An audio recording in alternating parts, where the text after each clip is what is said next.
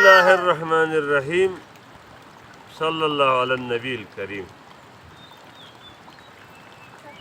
چوتھا لیکچر انسان کیا ہے، انسان کے بارے میں۔ اس دنیا میں کسی بھی ایک انسان کا بھی باطنی زندگی مکمل نہیں ہے، یہی قانون فطرت ہے۔ جبکہ ہر انسان اپنے خواہشات کے ساتھ حالات جنگ میں ہے۔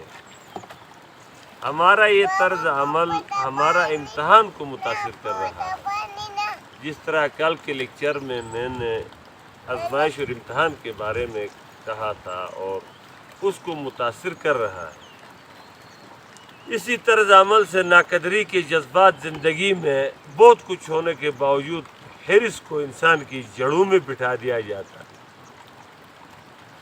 ہمارے ماحول میں ہمارے لیے آزمائشیں پیدا کیا گیا ہے، آزمائش کے لیے آزمائشیں پیدا کیا گیا۔ ہماری قربت داریاں ہمارے لیے آزمائش ہے کہ کون اپنے بوڑھے والدین کو کتنا وقت دیا کرتا ہے، اور جسم کی طرح یہ وقت بھی ایک دھوکہ ہے۔ یہ جو وقت ہے، جسم جس طرح دھوکہ ہے اسی طرح وقت بھی دھوکہ ہے۔ سورۃ نمل آیات نمبر 74-75 ملاحظہ کریں، کیونکہ ویڈیو لمبا ہوتا ہے۔ مفہوم میں تھوڑا سا بیان کروں گا، جس کا مفہوم ہمارے جسم کے ہر خلیے کی تمام تفصیلات کائنات کی تخلیق سے پہلے خدا کی لکھی ہوئی چپ میں موجود ہے، اور خدا نے ہمارے گلے کے پاس اندر کہیں بہت اندر کیمرہ نصب کر دیا ہے۔ قیامت کے دن یہی آلہ نکال کر سامنے رکھ دیا جائے گا۔ ہمارا جسم تو ہمارے لیے بہت بڑا جاسوسی کیمرہ ہے۔ یہ جو جسم ہے یہ ہمارے لیے ایک جاسوسی کیمرہ ہے جو ہر لمحہ ہم پر نگاہ رکھتا ہے، ہم پر نگاہ رکھتا ہے۔ سورہ قاف آیات نمبر 17-18 ملاحظہ کریں، کیونکہ ویڈیو لمبا ہوتا ہے۔ آپ اس کو نکالیں، سرچ کریں گوگل میں اور اس کو ملاحظہ کریں، پھر آپ کو علم آئے گا کہ ہر انسان کی ہر سوچ کسی خواہش کی زیر اثر پروان چڑھتی ہے۔ ہماری ہر خواہش جو ہے، ہر سوچ جو ہے، کسی نہ کسی خواہش کی زیر اثر پروان چڑھتی ہے۔ کیوں؟ کیونکہ تمام پریشانیاں خواہشات کے پورے نہ ہونے کی وجہ سے ہے، اور اپنے خواہشات کو کم کرنے والا شخص در حقیقت ایک اور قسم کی خواہش کی پیروی کر رہا ہے، کیونکہ خواہش کم نہیں کرنے کی خواہش ہے۔ ایک انسان میں ان خواہشات کا مقصد کیا ہے؟ آپ ایک سوال پیدا ہوتا ہے۔ اس معاملے میں کامل رہنمائی قرآن سے ملے گی، کیونکہ خالق سے بڑھ کر اور کوئی نہیں جان سکتا کہ مخلوق کی ضرورت کیا ہے۔ جس نے بنایا اس کو علم ہے نا ہماری ضرورت کیا ہے۔ انسانی خواہشات اور خواہشوں کا واحد حل قرآن ہے، محض قرآن۔ اور انسان ایسا ارزاں نہیں ہے، انسان ایسا سستا نہیں ہے، ایسا کوئی گیا گزرا چیز نہیں ہے انسان کہ ان خواہشات کے پیچھے کتوں کی طرح بھاگے۔ انسان ایسا سستا اور ارزان نہیں ہے کہ یہ خواہشات کے پیچھے بھاگے، اور خواہشات کا سفر سیدھا راستہ ہے، جبکہ خواہشات کا جو سفر ہے وہ سیدھا راستہ ہے، یعنی صراط المستقیم سے خواہشات کا راستہ ہے۔ لیکن آزمائش کے لیے ہمیں عورتیں، بچے، سونا چاندی، کرنسی، سواری، کار، موٹر، کھیتیات، چوپائے، فارم ہاؤس، جہاں سے ہم مفت رقم میسر ہو جائے، اور یہ جو میں نے جو مفہوم بیان کیا یہ سب دنیوی زندگی کا سامان ہے، لیکن ابدی کشش اور حسن تو صرف اللہ کے پاس ہے۔ یہ آل عمران کی آیات نمبر 14 آپ ملاحظہ کریں۔ ان چیزوں کی خواہش پیدا ہو جانا دل میں فطری رکھ دی گئی ہے، جو میں نے گنتی کیا 8 چیزوں کو اس کی فطری خواہش رکھ دی گئی ہے، اور خدا ان خواہشات سے بے خبر بھی نہیں ہے، مگر یہ ہمارا امتحان کا ایک حصہ ہے۔ یہ خواہشات اور فطری طور پر ہمارے اندر ہے، اور اللہ بے خبر بھی نہیں ہے۔ ہاں، ہمارا امتحان کا ایک حصہ ہے یہ۔ اس زندگی میں خواہشات کبھی پوری نہیں ہوں گی۔ اس زندگی میں جو اس گولے میں ہم رہ رہے ہیں، یہاں پر ہماری خواہشات کبھی پوری ہونی ہی نہیں ہے، کیونکہ خواہشات کا راستہ صبر کا راستہ ہے۔ یہ جو خواہشات دے کر ہمیں جو آزمایا جا رہا ہے وہ کیا ہے؟ آزمائش صبر کا ہے۔ اور صبر کے بدلے جنت کے بلاخانے اور وہاں دعا سلام سے ان کا استقبال کیا جائے گا۔ لیکن خاص بات اور اہم بات اس پر آپ ریسرچ کریں کہ برداشت بھی ساتھ خود ایک منفی جذبہ ہے، اسے صبر کے ساتھ نہ ملانا، صبر سے اس کی موازنہ نہ کرنا۔ برداشت اور صبر میں آسمان زمین کا فرق ہے، کیونکہ برداشت میں مایوسی ہے، اس میں ناقدرہ پن اور حسرت ہے، برداشت میں بے بسی ہے اور مجبوری کا عنصر غالب ہے، جبکہ قرآن میں ہماری یہ زندگی ہے ہی نہیں۔ حقیقی زندگی کا آغاز موت کے بعد ہوتا، موت کے بعد جو زندگی کا آغاز ہوگا وہی حقیقی زندگی۔ ہمارے یہ زندگی صبر کرنے کے لیے ہے۔ اب صبر کیا ہے؟ صبر ایک مثبت چیز ہے، اس میں انتظار کا پہلو نمایاں ہے، صبر میں انتظار کا پہلو نمایاں ہے، صبر میں امید ہے، خوشی ہے، صبر میں قدر ہے، شکر ہے، یہ صبر ہے۔ اگر حلال راستے سے خواہش پوری ہو رہی ہے تو ضرور پوری کیجیے، ورنہ صبر کریں۔ اگر اس زندگی میں بے صبرا پن دکھا کر خواہشات کو حرام طریقے سے پر پوری کرنے کی کوشش کریں گے تو یہ زندگی بے چین اور بے سکون ہو جائے گی۔ یہ جو زندگی ہے یہ اور بھی بے چین اور بے سکون ہو جائے گی۔ جنت میں انسان کی 3 لیول کی خواہش بھی پوری ہو جائے گی، 1 2 3 لیول کی اعلیٰ خواہشات پوری جائیں گے۔ جنت میں جسم کو لباس کی طرح تبدیل کرنا ممکن ہوگا۔ ایک ایسی دکان ہوگا، لیبرٹی ہوگی، جہاں انسان جنس بھی تبدیل کر سکے گا۔ وَلَكُمْ فِيهَا مَا تَشْتَهِي أَنفُسَكُمْ، اور حدیث جو ہے بحوالہ ترمذی حدیث نمبر 2550 کا مفہوم ہے کہ جنت میں جسم کو لباس کی طرح تبدیل کرنا ممکن ہوگا۔ جن خواہشات نے جنم لینا ہے وہ اللہ کے علم میں ہے، پہلے سے موجود ہے۔ جن خواہشات نے جنم لینا ہے وہ اللہ کے علم میں پہلے سے موجود ہے۔ ان کی کامل تسکین کا سامان پہلے سے جنت میں خدا نے تیار کر رکھا ہے۔ یہ جو ہماری خواہشات ہیں ان کا سامان، تسکین کا سامان خدا نے پہلے سے تیار کر رکھا ہے، اور ہمیں جنت میں وقت سے آزادی مل جائے گی۔ سب سے بڑی نعمت ہمیں وقت، کہ ہمیں یہاں پر وقت کے قید میں غلامی میں ہے، کہ وقت ہمیں وَمَن نُعَمِّرْهُ نُنَكِّسْهُ فِي الْخَلْقِ أَفَلَا يَعْقِلُونَ، وہ ذلیل کر کے بچے کی حالت پر لے جاتا ہے۔ یہ وقت ہمارے دانت گرتے ہیں، ہماری یادداشت ختم ہو جاتی ہے آہستہ آہستہ۔ تو یہ وقت سے ہمیں آزادی مل جائے گی جنت میں، اور ہماری صلاحیتیں اربھا بڑھ جائیں گی۔ اللہ تو حقیقی لامحدود ہے، اللہ جو ہے حقیقی لامحدود ہے۔ انسان کی ایک خواہش کہ اس کی ہر خواہش پوری ہو جائے، کہ عملی طور پر پورا ہو جانے کا نام جنت ہے۔ انسان کی صرف ایک خواہش ہے کہ ہماری ہر خواہش پوری ہو جائے، یہ ایک خواہش ہے۔ تو اس خواہش کی پوری ہو جانے کے عملی طور پر جنت جو ہے وہ نمونہ ہے۔ انسان کی خواہشات کا سب سے بڑا دشمن شیطان ہے۔ وہ جنت کا راستہ قرآن ہے، اس پر ابلیس دھوکہ باز گھات لگائے بیٹھا ہے، قرآن سے ہمیں دور کر رہا ہے، اور ہر طرف سے حملہ آور ہو کر قرآن سے انسان کو روکتا ہے۔ ہمارے ضلالت کی مین وجہ بھی یہی ہے، کیونکہ ہم معزز تھے تاریخ میں، جب قرآن سے شیطان نے روک کر ہمیں خوار کر دیا ہے۔ ابلیس نے اپنے علم پر بھی تکبر کیا تھا۔ اللہ کا علم شیطان کو آدم کے لیے سجدہ ہونا تھا، جبکہ ابلیس کا علم وہ آدم سے بہتر ہے، مگر شیطان نے بھی انسانی جسم سے دھوکہ کھا گیا، کیونکہ اس نے جسم کو سوچا کہ یہ کیچڑ سے پیدا ہے، چپکتی کیچڑ سے یہ بنا ہے، اس نے جسم کا دھوکہ کھایا، جبکہ آدم کے سامنے سجدہ ہونے کا حکم تو جسمانی وجود میں روح پھونک دینے کے بعد دیا گیا تھا۔ اصل انسان کو جسم میں ڈالنے کے بعد شیطان کو اور تمام ملائکہ کو حکم دیا گیا کہ سجدہ ہو جائے اصل انسان کے لیے۔ ابلیس نے اپنے ادھورے علم کو خدا کے علم پر ترجیح دی۔ اب ابلیس نے جن چیزوں پر دھوکہ کھایا تھا اب انہی چیزوں پر انسان کو دھوکہ دیتا ہے۔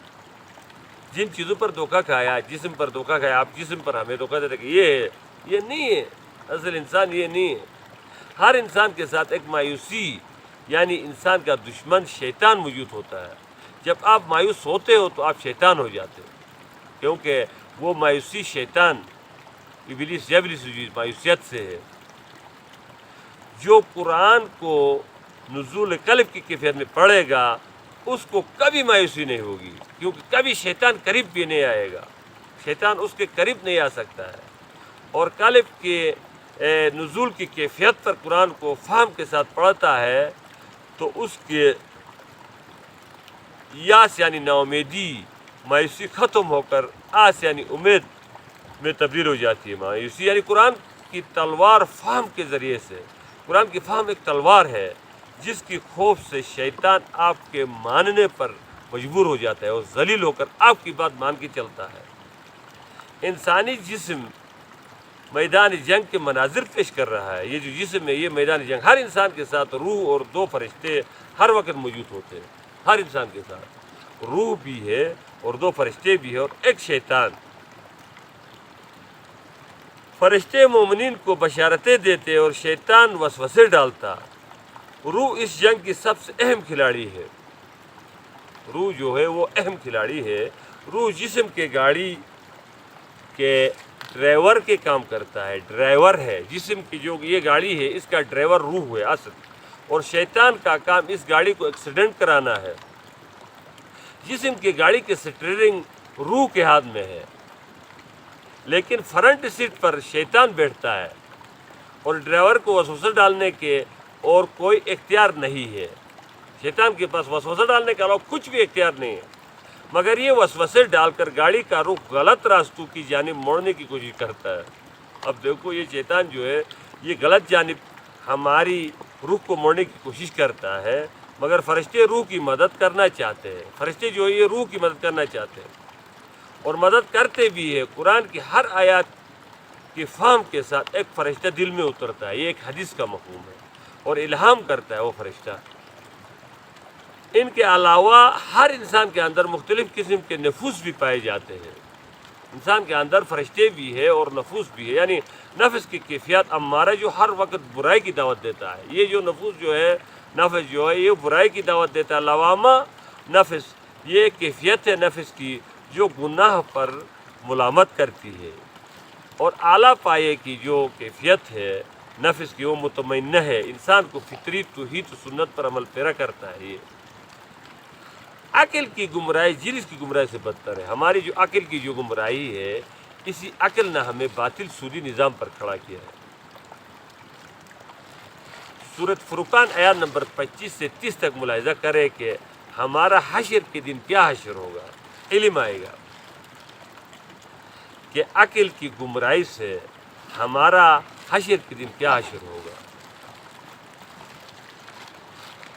اب اس زندگی سے پہلے بھی ایک مکمل، یہ جو زندگی ہے یہاں پر ہم زندہ ہے اور یہاں پر ہم سانس لے رہے ہیں، تو اس سے پہلے بھی ایک مکمل زندگی ہم گزار چکے ہیں۔ بس اس زندگی کی یادداشت ہم سے چھین لی گئی ہے۔ وہ جو زندگی گزار چکے ہیں اس کی صرف یادداشت چھین لی گئی ہے۔ بحوالہ حدیث بخاری 3336 راوی عائشہ رضی اللہ ہے۔ اس فگر کی حدیث بخاری سرچ کرے گوگل میں اور اس حدیث سے آپ تشریح حاصل کر سکتے ہیں۔ اس زندگی کے اثرات جو ہم نے اس زندگی سے پہلے ایک زندگی گزار چکے ہیں، اس کے اثرات آج ہماری اس زندگی پر موجود ہے۔ بہت مدہم یادیں میرے اور آپ کے اندر زندہ ہے۔ جن لوگوں کے ساتھ عالم ارواح میں تعلقات قائم کرنے میں کامیاب ہو گئے، ان لوگوں کے ساتھ ہم اس زندگی میں بھی اچھا وقت گزارتے ہیں اور ہمیں وہ اچھے لگتے ہیں۔ جو لوگ آپ کو زندگی بھر نہ مل چکے ہو اور نہ رشتہ دار ہو، لیکن ان سے محبت مانست ہو جاتی ہے، وہ اس زندگی میں مانست ہو گئی ہوتی ہے۔ سورہ انعام آیات نمبر 94 ملاحظہ کرے یہ کہ میں اللہ فرماتا کہ وہ جو 94 آیات میں اللہ جل جلالہ فرماتا کہ مفہوم اس طرح ہے کہ تم ہمارے پاس تن تنہا آ گئے ہو۔ اب انسان کی جو ہم اس زندگی سے جب ہم گزر کر اللہ کے وہاں جائیں گے تو اللہ فرمائے گا کہ ہمارے پاس تن تنہا آ گئے ہو، جس طرح ہم نے تمہیں پہلی بار پیدا کیا تھا، جیسے وہ اس زندگی سے پہلی زندگی کی طرف اشارہ ہے، اور جو کچھ تمہیں بخشا تھا وہ پیچھے چھوڑ آئے ہو۔ سورۃ انعام کی آیت نمبر 94 ضرور دیکھیں اور اس کی تشریح اور شرح ضرور دیکھیں۔ اور سورۃ کہف آیات نمبر 48 49 ملاحظہ کریں۔ اس زندگی میں ہم سے عہد لیا گیا جس کا نام عہد الست ہے، الست بربکم۔ یہ جو سورۃ کہف آیات نمبر 48 میں اس زندگی کی کہانی، اس سے پہلے جو زندگی ہے اس کی کہانی ہے۔ یہ ایک پرانی شاعرہ کا شعر ہے، یہ مجھے بہت پسند تھا، میں کوٹ کروں گا۔ بجواب طبل الست تو زد لا چکو سے بلا زدم ہمک ہے مزن بدر دلم سپا غم و خشم و بلا۔ یہ اس کا مفہوم ہے کہ یہ جو الستو کی عہد جب سے مجھ سے لیا گیا ہے، ہمک ہے مزن بدر دلم، میرے دل کے دروازے پر خیمہ زن ہو گئے کہتا ہے۔ سپاہ غم و خشم و بلا، غموں کے، پریشانیوں کے اور بلاؤں کے سپاہ آ کر کھڑے ہو گئے میری آزمائش کے لیے۔ اس کمرہ امتحان میں ہماری موجودگی میں ہماری اپنی مرضی شامل ہے۔ جہاں پر ہم ہے، اس گولے میں ہم ہے، اس گلیکسی میں، جس گلیکسی میں جو مقابل مشاہدہ ہماری یہ جو دنیا ہے، اس کو کمرہ امتحان سے تشبیہ دی گئی۔ یہاں ہماری اپنی مرضی شامل ہے اور خدا کو اپنا حاکم مان کر ہم آئے ہیں یہاں پر۔ پہلے اس زندگی میں ہم خدا کو حاکم مان کر آئے ہیں۔ اس میں امتحان میں شمولیت کا فیصلہ میرا ذاتی فیصلہ ہے، اس لیے سورۃ قاف آیات نمبر 48 49 ضرور دیکھیں، ملاحظہ کریں۔ قرآن اللہ کا کلام اور علم کامل ہے۔ اس زندگی کی حقیقت کو سمجھنے کے لیے انسانی حواس سے وجود میں آنے والا علم ناکافی ہے۔ یہ جو حواس خمسہ کا علم ہے یہ ناکافی ہے۔ انسان کا علم اور عقل دونوں محدود ہے۔ انسانی جو علم ہے اور یہ جو عقل ہے یہ محدود ہے۔ ہم لا تعداد پردوں کے لپیٹ میں ہے، لا تعداد پردوں کے لپیٹ میں ہے انسان۔ ان پردوں کو چاک کرنے کے لیے ہمیں قرآن کے علم کی ضرورت ہے، اہمیت ہے۔ اگر خدا اور قرآن کا انکار کر دیا جائے تو انسانی علم کے مطابق ایک انسان کی زندگی محض 60-70 سال کی زندگی ہی ہے، جبکہ قرآن کے علم سے ایک انسان کی زندگی لامحدود ہے۔ میں اس جسم کی زندگی سے پہلے بھی موجود تھا اور اس جسم کی موت کے بعد بھی زندہ رہوں گا، میں ہمیشہ سے زندہ رہوں گا، میں امر ہوں۔ یہ تمام حقائق مجھے قرآن کے ذریعے سے منکشف ہوں گے۔ یہ قرآن دیکھیں گے منکشف ہوں گے نا، ورنہ ایک جانور کی طرح 60-70 سال کی زندگی یہ تو ہو ہی نہیں سکتی ہے۔ یہ برداشت سے صبر تک کا سفر بصیرت کا سفر ہے۔ اگر انسانی زندگی صرف یہی ہے تو انسان کے اندر پائی جانے والی لامحدود خواہشات بے معنی ہے، بے معنی ہے۔ کثرت کی نفی قرآن کا موضوع ہے۔ خدا کے ہاں فیصلے کثرت رائے سے نہیں ہوا کرتے۔ انسان اور انسان کی زندگی کے تمام راز قرآن میں پوشیدہ ہے۔ انسان اور انسان کی زندگی کے تمام راز قرآن پاک میں پوشیدہ ہے، مخفی ہے۔ جب تک قرآن کے ساتھ معنوی رابط قائم نہ ہو تو تمہیں ہر سوال کا جواب کیسے مل جائے گا؟ ہمیں ہر سوال کا جواب کیسے مل جائے گا؟ قرآن محض ایک کتاب نہیں، کچھ اور ہی ہے۔ یہ صرف محض ایک کتاب نہیں، اور ہی ہے۔ حقیقت یہ ہے کہ ہم بن پیے مصنوعی اور بناوٹی نشے میں ہوتے ہیں۔ نشہ پیے نہیں، ہم ایسے نشے میں ہوتے ہیں۔ قرآن خدا کی ریشمی ڈوری ہے اور ہماری خواہشات کو پورا کرنے کا واحد راستہ ہے۔ خواہشات پورا کرنے کا واحد راستہ قرآن ہے، لیکن آج قرآن کا حوالہ دینا دقیانوسیت سمجھی جاتی ہے۔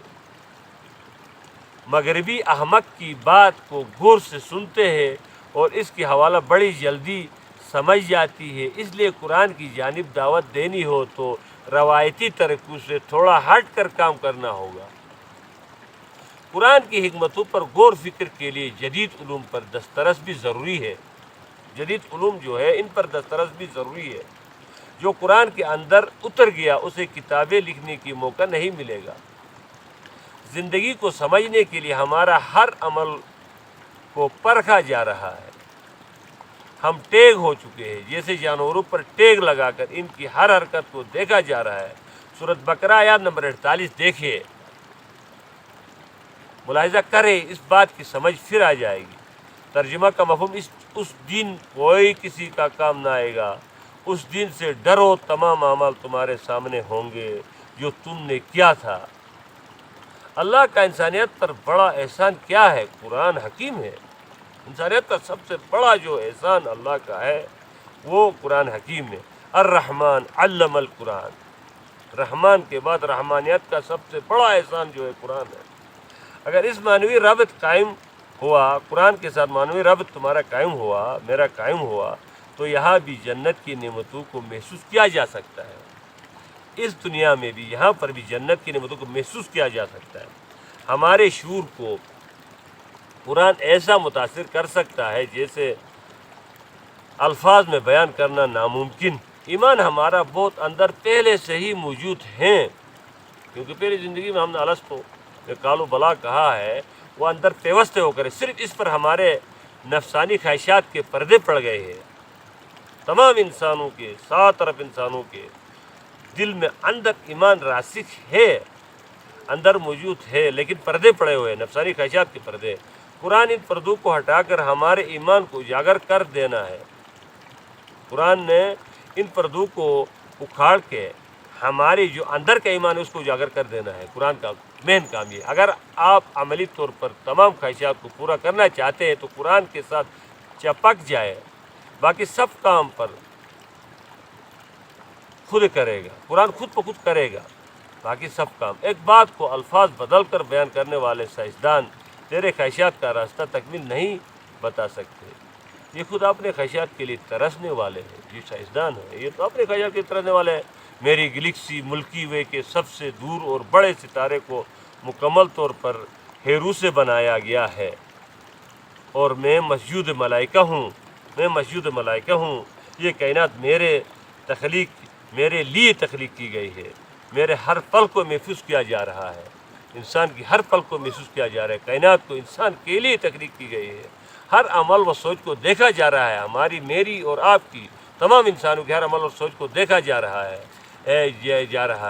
میں یہ حقیر بیماریوں میں گرا ہوا جسم نہیں ہوں، میں یہ جسم نہیں ہوں، حقیر بیماریوں میں گرا ہوا جسم نہیں ہوں، میں کچھ اور ہوں، میں یہ جسم نہیں ہوں، میں کچھ اور ہوں، اور میرے خوشی کا شارٹ کٹ سبب ایمان ہے، اور ایمان کا شارٹ کٹ سبب قرآن ہے۔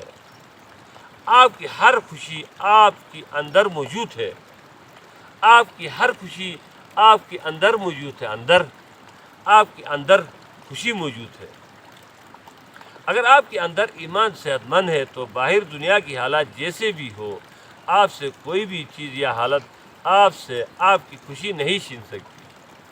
قرآن کی دعوت نہیں، یہ خوشی کی دعوت بھی ہے۔ صرف قرآن کی طرف دعوت، قرآن کی دعوت جو ہے یہ صرف دعوت نہیں، یہ خوشی کی دعوت بھی ہے۔ قرآن خوشیاں بانٹنے والا ہے۔ اگر قرآن کو انسانی مجسم میں دیکھنا ہو تو سیرت طیبہ صلی اللہ علیہ وآلہ وسلم، محمد رسول اللہ صلی اللہ علیہ وسلم کی زندگی کا مطالعہ کرے۔ اور قرآن پہلی سیرت النبی ہے، قرآن خود پہلی سیرت النبی ہے، اور قرآن میں زندگی کے ہر اہم موضوع پر بات کی گئی ہے۔ آج چھوٹی چھوٹی خواہشات ہماری معبود کیوں بنی ہے؟ ہماری خواہشات ہماری معبود کیوں بنی ہے؟ جس کی وجہ سے قرآن سے دوری ہے۔ ہر روح میں اللہ کی محبت، ہر روح میں اللہ کی محبت و معرفت پہلے سے موجود ہوتی ہے۔ ہر روح کی ایک ہی خواہش ہے اللہ کے قریب تر ہونا۔ اس لیے حدیث میں فطرت اسلام پر انسان کو پیدا کیا گیا لکھا ہے، پیدا ہوتا ہے انسان فطرت اسلام پر، اللہ کی فطرت پر پیدا ہوتا ہے۔ ہر روح اللہ کو دیکھنا چاہتی ہے، ہر روح اللہ کو دیکھنا چاہتی ہے، یہی اس کی حقیقی خواہش ہے۔ اب اس عشق خدائی کو آزمانے کے لیے خدا نے کیا فرمایا؟ خدا نے خود کو انسان کی نگاہوں سے چھپا لیا ہے۔ اللہ نے اب جو اسی عشق خدائی کو آزمانے کے لیے، امتحان کے لیے اللہ نے کیا کیا ہے؟ خود کو انسان کی نگاہوں سے چھپا لیا ہے۔ انسان کو بھی انسان سے چھپا لیا گیا ہے۔ صرف خدا نے خود کو انسان سے نہیں چھپائے، انسان کو خود انسان سے بھی چھپا لیا گیا ہے۔ انسان سے اس کی یادداشت بھی چھین لی گئی ہے، پہلی زندگی کی یادداشت بھی چھین لی گئی ہے، اور انسان کو جسم کے پردے میں انسان کو بھی چھپا لیا گیا انسان سے۔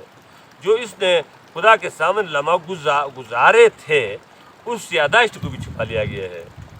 انسان کو ایک حقیر اور اڑیل جسم کے ساتھ باندھ کر ایک نقطے کا قیدی بنا دیا گیا ہے۔ یہ اڑیل جسم ہے، اس کے ساتھ نقطے کا قیدی بنا دیا گیا انسان یہ جسم نہیں ہے، یہ نقطے کا قیدی نہیں ہے، یہ خلقت پوری کائنات اسی کے لیے بنائی گئی۔ خلق لکم ما فی الارض جمیعا، یہ ہے۔ پھر انسانی جسم میں تقاضے، امنگیں اور آرزوئے، جنسی خواہشات، مال، اولاد کی محبت وغیرہ رکھ دی گئی ہے۔ انسان سے خدا نے خود کو چھپایا اور انسان سے انسان کو چھپا دیا گیا، اور انسان سے انسان کی پہلی زندگی بھی، یاداشتی بھی بلا دیا گیا، اور اس کے اندر اتنی خواہشات اور محبتیں اور امنگیں، آرزوئیں بھی رکھ دی گئی۔ بہت بڑا امتحان ہے، بہت بڑا عظیم امتحان ہے انسان کے اوپر۔ پھر اس روح کو جسم کے اندر چھپا دیا گیا، اور اسی طرح روح کی خواہشیں کے اوپر، روح کی جو خواہشات ہے اس کے اوپر جسم کی ضروریات کے پردے ڈال دی گئے ہیں۔ ہمارے جو جسم ہے اس کی پردے جو ہے ڈال دی گئے ہیں، جسم کی پردے ڈال دی گئے ہیں روح کی خواہشات کے اوپر۔ روح کی جو اصل خواہش ہے خدا سے عشق کرنے کی خواہش کے اوپر روح کے ضروریات کے پردے ڈال دیے گئے۔ ہمارے ارد گرد کی خواہشات نظر آ رہی ہے، بس یہ نظر آ رہی ہے جو دنیا میں جو خواہشات ہیں ان میں سے کوئی ایک بھی ہماری حقیقی خواہش نہیں ہے۔ جسے ہمیں خواہش سمجھ رہے ہیں یہ ہماری خواہش نہیں ہے، یہ ایک بھی ہماری خواہش نہیں ہے۔ انسان کی خواہش یہ نہیں ہے جو ہمیں نظر آ رہی ہے، جو خواہشات ہے، جو خواہشات کی جال جو نظر آ رہا ہے، یہ انسان کی خواہش نہیں ہے، یہ جسم کی ضروریات ہے، یہ سب کچھ بس ایک حجاب ہے، یہ خواہشات نہیں، یہ خواہشات ایک حجاب ہے، اور اصل انسان کی خواہشوں کے اوپر پردے ہے۔ اس جسم کی قید میں رہتے ہوئے آپ کو اپنی حقیقی خواہشات کو پہچاننا ہمارا حقیقی امتحان ہے۔ حقیقی انسان کی خواہش کو پہچاننا انسان کا جو حقیقی امتحان ہے وہ ہے، وہ جو حقیقی خواہشات کو پہچاننا ہے۔ اپنے اندر موجود مدہم آواز کا پیچھا کرتے کرتے اللہ تک پہنچنا، یعنی اپنے آپ سے ملاقات ہو جانا، اپنے کمرے میں روشنی کرنا قرآن کے ذریعے، پھر اپنے آپ کو دیکھو گے، ورنہ اندھیرے میں اپنے آپ کو بھی نہیں دیکھ سکتے۔ جب آپ اندھیرے کمرے میں ہیں تو اپنے آپ کو بھی نہیں دیکھ سکتے ہیں نا۔ آپ قرآن کی روشنی کو دل میں جلاؤ گے تو اپنے آپ کو دیکھو گے اور خدا کو دیکھو گے۔ اپنے آپ کو دیکھو گے تو اللہ کو محسوس کر سکو گے۔ جب پہلے اپنے آپ کو دیکھو گے، انسان کو پہچانے گا، یہ جسم انسان کو، آپ خود کو پہچانو گے تو پھر خدا کو دیکھ سکو گے، ورنہ اپنے آپ نہیں پہچان سکے تو خدا کو کیسے پہچان سکے گا؟ اس لیے ایک شنا مثال بھی ہے کہ آنکھوں نے سوئی خدائی نے سوئی، ایک حدیث کا مفہوم بھی، جس نے اپنے آپ کو پہچانا اس کو خدا کو پہچانا۔ اسی لیے اقبال نے خودی کی پیچھے اس پر ریسرچ کیا ہے کہ انسان خود کو پہچانا، کیونکہ روح اللہ ہی کی روح ہے، کیونکہ نفخت من روحی اپنی ایک ذات کی طرف اشارہ کرتا ہے کہ اللہ کی ایک روح ہے، لیکن ہم اللہ کو بھول گئے، اللہ نے ہمیں اپنے آپ سے غافل کر دیا۔ جب ہم اللہ کو بھول گئے تو اللہ نے ہم کو اپنے آپ سے غافل کر دیا۔ ہم کون ہیں؟ ہم اپنے آپ کی پہچان نہیں ہے، بس جانور کی طرح اس جسم کی پرورش میں ہیں۔ اپنی ذات کا شعور اور اللہ کی معرفت کا آپس میں گہرا تعلق ہے۔ اپنی ذات کو آپ پہچانو گے اور شعور رکھو گے تو اس کا گہرا رشتہ ہے اللہ کی معرفت کے ساتھ۔ خود پر غور کا نتیجہ اللہ کی معرفت ہے۔ انسان کی اندرونی ساخت کو اللہ جل جلالہ نے قرآن کی صورت میں نازل فرمایا ہے۔ اندرونی جو آواز ہے، دل دماغ کی آواز کو اللہ پاک نے قرآن کا نام دے کر قرآن کی صورت میں نازل فرمایا، محمد رسول اللہ کے دل پر جبرائیل علیہ السلام نے لایا۔ اس کے ذریعے سے انسان اپنے آپ کو پہچان جائے گا، قرآن کے ذریعے سے انسان اپنے آپ کو پہچان جائے گا، پھر خدا کو محسوس کرے گا، پھر اپنے اصل انسان کی ضروریات پوری کرے گا، اصل جو ضروریات ہے انسان کی، اصل خواہشات ہے اس کو پوری کرے گا۔ پھر انسان کو اللہ محبت ہوگی، اللہ سے کیا ہوگی؟ انسان کو اللہ سے محبت ہوگی پھر انسان کو، اور پھر عشق میں اپنی ذات کو اللہ کے لیے فنا کر دینا زندگی کی سب سے بڑی خواہش ہوگی۔ زندگی کی سب سے بڑی خواہش اللہ کے لیے فنا کرنا ہوگا۔ فنا فی اللہ کی تہ میں بقا کا راز معظم رکھا ہے۔ سورۃ بقرہ آیات نمبر 177 ملاحظہ کریں، سورۃ توبہ کی آیات نمبر بقرہ کی آیات نمبر 170 ملاحظہ کریں، تھوڑا سا قرآن کو نکال کر ریسرچ کریں، وآخر دعوانا ان الحمد للہ رب العالمین والسلام.